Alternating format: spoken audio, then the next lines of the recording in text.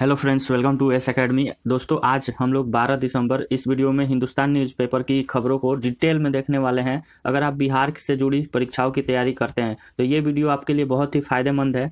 इस वीडियो को देखने के बाद आपको कोई न्यूज़पेपर और कोई करंट अफेयर वीडियो देखने का ज़रूरत नहीं पड़ेगा। आपको इस वीडियो को number 1 Bihar current affair video बनाना है। जितना हो सके शेयर करें और लाइक करते जाएँ। आपका अपना चैनल है, सब्सक्राइब भी कर लें। कोई भी फीडबैक कमेंट करके ज़रूर बताइएगा। तो चलिए शुरू करते हैं। जैसा कि आप स्क्रीन पे यहाँ देख रहे हैं, हिंदुस्तान न्यूज़पेपर है और आज है डेट 12 दिसंबर 2020। तो एक एक करके सारे खबरों को चलिए पढ़ते हैं। तो पहला यहाँ पे जो न्यूज़ है डॉक्टरों की हड़ताल से रिलेटेड है। डॉक्टरों की हड़ताल से स्वास्थ्य सेवाएं प्रभावित, आयुष चिकित्सकों को सर्जरी की अनुमति देने का विरोध किया गया। तो इस खबर को हम लोग डिटेल में पढ़ने वाले हैं। क्यों आखिरकार किसानों के बाद से अब डॉक्टरों की हड़ताल शुरू हो गई है, तो इसके बारे में हम लोग डिटेल में यहाँ डिस्कस करेंगे। दूसरा खबर है लालू की जमानत पर सुनवाई टली। दरअसल लालू यादव की जो सुनवाई थी उस पर 6 सप्ताह के बाद अब सुनवाई होगी। तीसरी खबर है केंद्र वार्ता को तैयार, किसान राजधानी घेरने पर कायम। आप सभी जानते हैं किसान आंदोलन जारी है। किसानों की आड़ में कुछ असामाजिक तत्व आंदोलन का माहौल बिगाड़ने की साजिश कर रहे हैं और किसानों को इनसे दूर रखना चाहिए, ऐसा कहना है नरेंद्र सिंह तोमर, जो कि भारत के कृषि मंत्री हैं। नेक्स्ट न्यूज है सरकारी और निजी स्कूलों में बनेंगे छात्राओं के क्लब। क्लब के माध्यम से गुड और बैड टच की दी जाएगी जानकारी। विद्यालयों में प्रांगणों के अश्लील चित्र प्रदर्शित करने पर भी रोक रहेगा। तो ये एक प्रकार से विद्यालयों को अच्छी सेवाएं प्रदान करने का मुहिम है। नेक्स्ट खबर देखते हैं।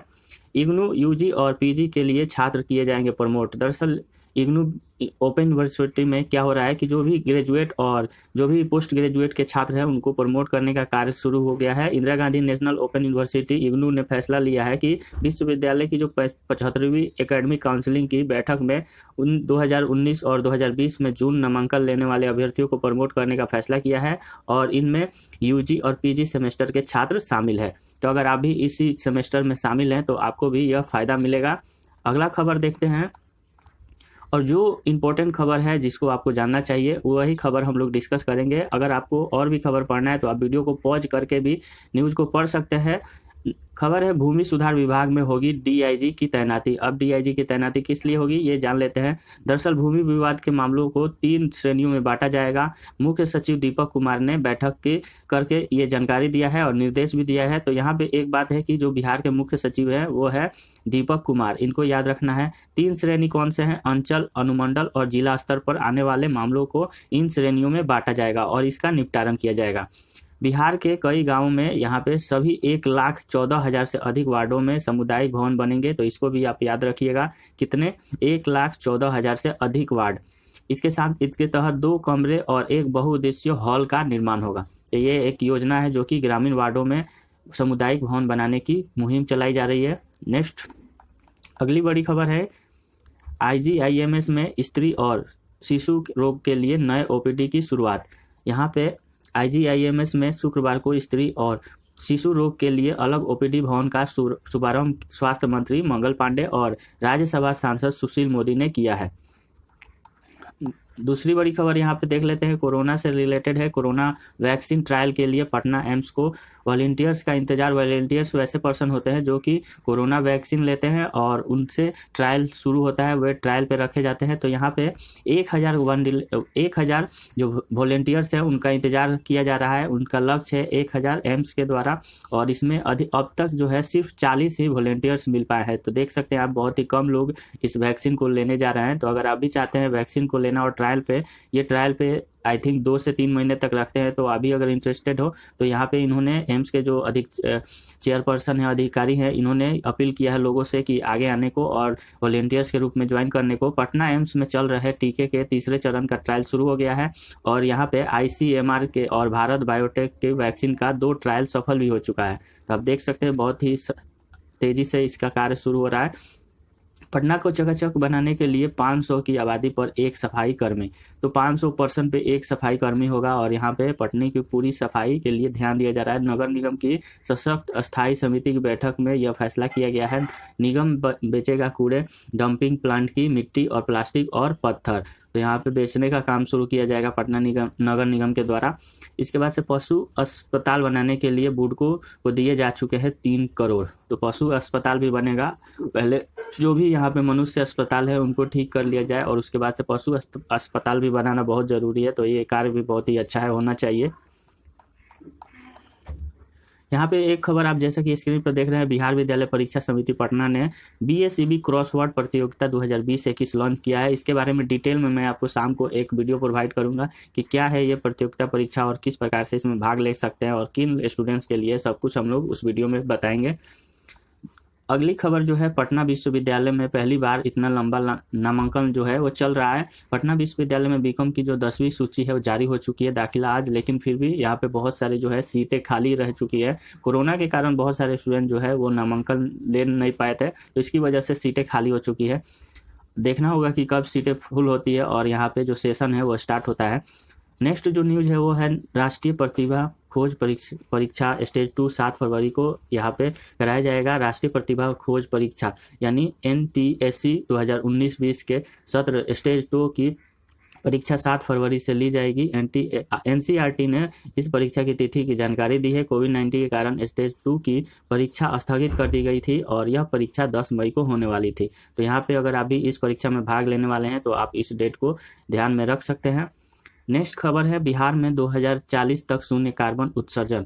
यहाँ पे पर्यावरण एवं जल वायु परिवर्तन विभाग के प्रधान सचिव दीपक कुमार सिंह ने कहा है कि बिहार में 2040 तक कार्बन तटस्थता का लक्ष्य रखा गया है। कहा है कि निर्माण क्षेत्र में होने वाले कार्बन उत्सर्जन की रोकथाम के उपाय किए जा रहे हैं और लाल ईंटों की जगह फ्लाई ऐश ईंट के प्रयोग पर जोर दिया गया है। तो ये फ्लाई ऐश एक नया प्रकार का ईंट है जो कि यहाँ पे कार्बन उत्सर्जन को कम करने में मदद करेगा।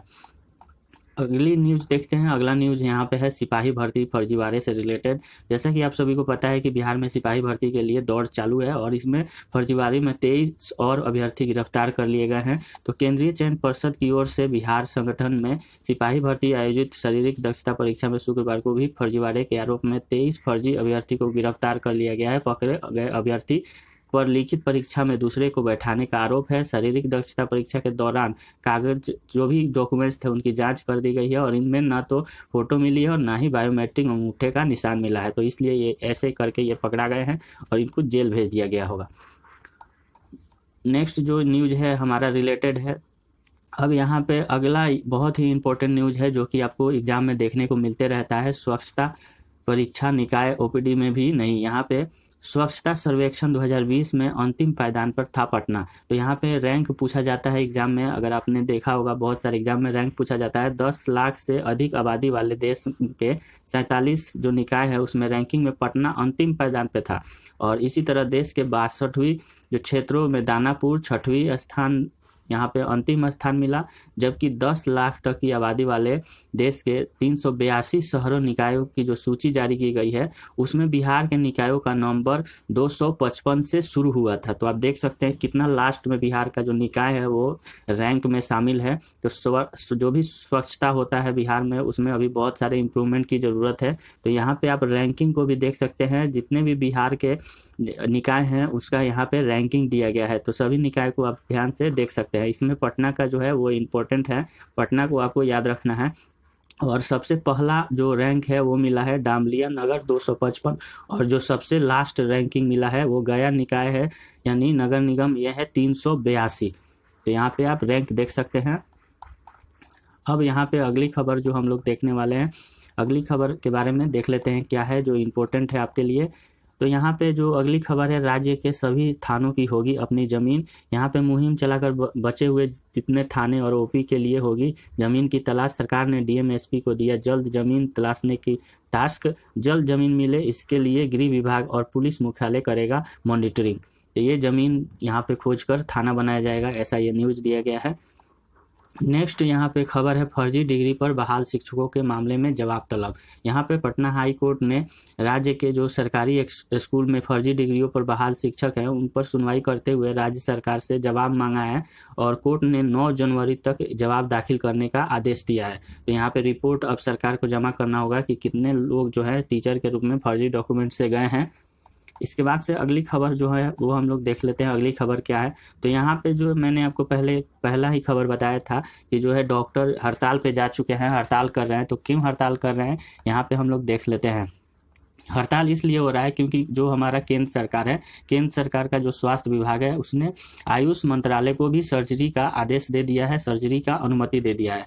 तो इस वजह से जो नाराज हैं वो हमारे डॉक्टर, जितने भी इंडियन मेडिकल एसोसिएशन के डॉक्टर हैं, वे नाराज हैं कि आयुष मंत्रालय को सर्जरी का अनुमति नहीं देना चाहिए, और इसी वजह से सारे देश के डॉक्टर हड़ताल पे चले गए हैं। और यहाँ पे आयुष मंत्रालय बहुत ही खुश है। आयुष मंत्रालय ने हड़ताल को विफल बताया है और चाहता है कि सर्जरी की जो परमिशन है, जो अनुमति है, वो मिले और वो भी सामान्य डॉक्टरों की तरह सर्जरी में शामिल हो। आयुष मंत्रालय के जो मेडिकल एसोसिएशन है, उसने आयुर्वेद स्नातकों को भारत सरकार द्वारा सर्जरी की अनुमति दिए जाने के विरोध में इंडियन मेडिकल एसोसिएशन की जो हड़ताल है उसको पूरी तरह विफल और प्रभावहीन बताया है।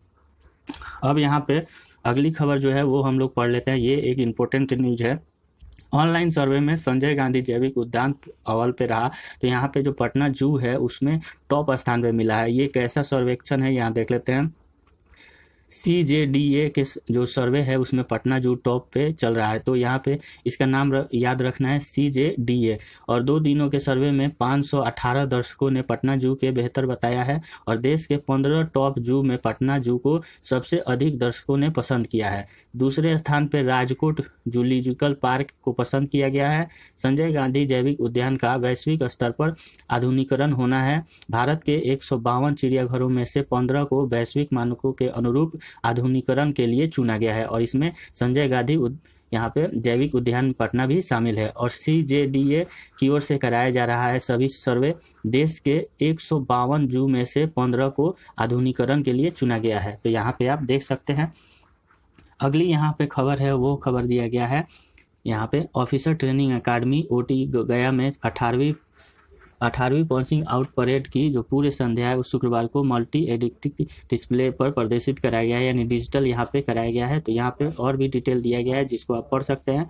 ये 18वीं यहाँ पे सेशन है, और अफसर परीक्षण अकादमी गया में 18वीं पासिंग आउट परेड की पूरी संध्या शुक्रवार को मल्टी एक्टिविटी के द्वारा कराया गया है, जो कि आप यहाँ देख सकते हैं, डिस्प्ले पे भी चल रहा है। अगली यहाँ पे खबर है उसको हम लोग पढ़ने वाले हैं। अगली खबर है यहाँ पे आपको पढ़ना चाहिए। एक एडिटोरियल दिया गया है। एडिटोरियल में दिया गया है कि ऐसे पूंजीवाद पर लगाम। यहाँ पे दरअसल अमेरिका संघीय व्यापार आयोग और लगभग हर एक अमेरिकी राज्य ने फेसबुक के खिलाफ मुकदमे दायर कर दिए हैं। इससे दुनिया भर में जो संदेश गया है उससे गहरे निहितार्थ है। फेसबुक की पहचान अमेरिका में ऐसी कंपनियों के रूप में हो रही है जो प्रतिनिधित्व कंपनियों को शांत करने के लिए कुख्यात है, और अमेरिका जैसे पूंजीवाद देश में राज्य सरकारें भी परेशान है कि कंपनी अपने प्रतिनिधित्व के लिए भी कोई गुंजाइश नहीं छोड़ती है। इसका पुराना तरीका है, बाजार में जो भी प्रतिनिधित्व उभरे हैं, कंपटीटर हैं, उसे या तो खरीद कर मिला लो या फिर दफन कर दो। तो इस पूरे एडिटोरियल को आपको पढ़ना चाहिए ध्यान से। आपको इससे बहुत फ़ायदा मिलेगा। आपको ऐसे राइटिंग में भी और BPSC के मेंस में भी आपको फ़ायदा मिलता है। अगली यहाँ पे खबर की तरफ बढ़ते हैं। अगला खबर देख लेते हैं। अगला खबर क्या है, तो अगला खबर यहाँ पे देख लेते हैं हम लोग। तो यहाँ पे जो अगला खबर है वो टेक्नोलॉजी से रिलेटेड है। सैमसंग भारत में मोबाइल डिस्प्ले यूनिट लगाएगी। 460 करोड़ रुपए की वित्तीय प्रोत्साहन सरकार से मिलेगा। 1500 लोगों को सीधे तौर पर रोजगार मिलेगा, और 3 देशों में शामिल हो जाएगा जहां डिस्प्ले बनाने का काम करेगा सैमसंग। 3 देश कौन कौन से हैं? वियतनाम, चीन और दक्षिण कोरिया। ये 3 देश है जहां पे ऑलरेडी सैमसंग डिस्प्ले बनाता है, और यहाँ पे इसके बाद भारत भी इसमें शामिल हो जाएगा। अगली खबर है, यात्री वाहनों की बिक्री 13% बढ़ गई है। जितने भी यहाँ पे ऑटोमोबाइल्स हैं जो कि यात्री वाहन है, उसमें 13% की वृद्धि हुई है लॉकडाउन के बाद। तो ये एक अच्छा सा ग्रोथ है जो इकोनॉमी को हेल्प कर रहा है। देश में लगातार दूसरे माह बढ़ रही है बेरोजगारी, लेकिन यहाँ पे बेरोजगारी देख सकते हैं दूसरे माह भी बढ़ गई है बेरोजगारी कम नहीं हो रही है। आई थिंक आप सरकार को कुछ करना चाहिए इसके लिए। अगली खबर को तरफ बढ़ते हैं। अगली खबर देख लेते हैं क्या है। अगली खबर है यहाँ पे अवार्ड्स एंड ऑनर्स से टाइम मैगजीन ने लेब्रॉन को साल का सर्वश्रेष्ठ एथलीट चुना है।